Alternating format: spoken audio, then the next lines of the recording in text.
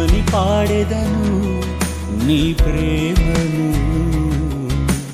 కరుణ కురిపించి నన్ను బ్రతికించినావు, ఎంతని పొగడను నీ వాత్సల్యము.